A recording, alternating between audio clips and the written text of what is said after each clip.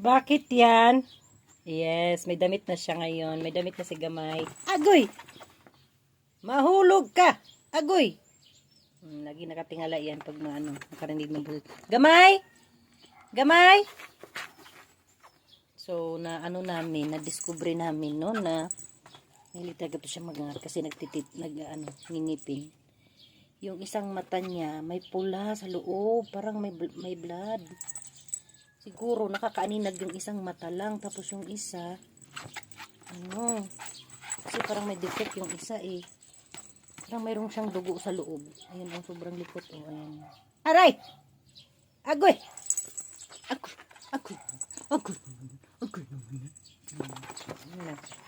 Upo ka lang dyan.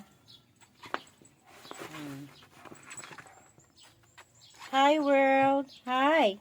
Hello world! Hello world! Diba? May uniform siya. Mag-i-school na kasi siya. Mag-i-school ka na, Gamay? Ha? Hello, this is me. Hello, hello.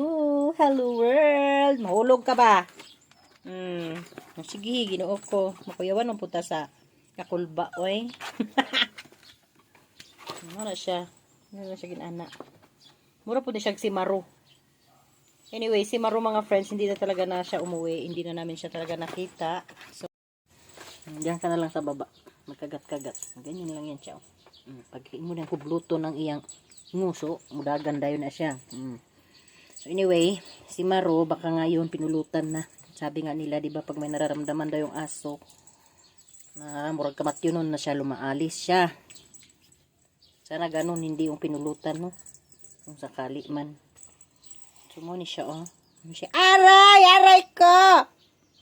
Di man niya kagatin, di man niya idulot. Aray! Aray! Ano ba yan? Ano ba yan?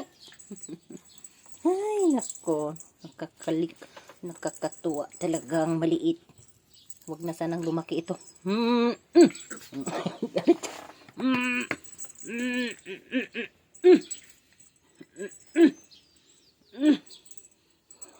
Sugkay ba? Hindi hala. Kiat yun. Kiat. Kiat kayo.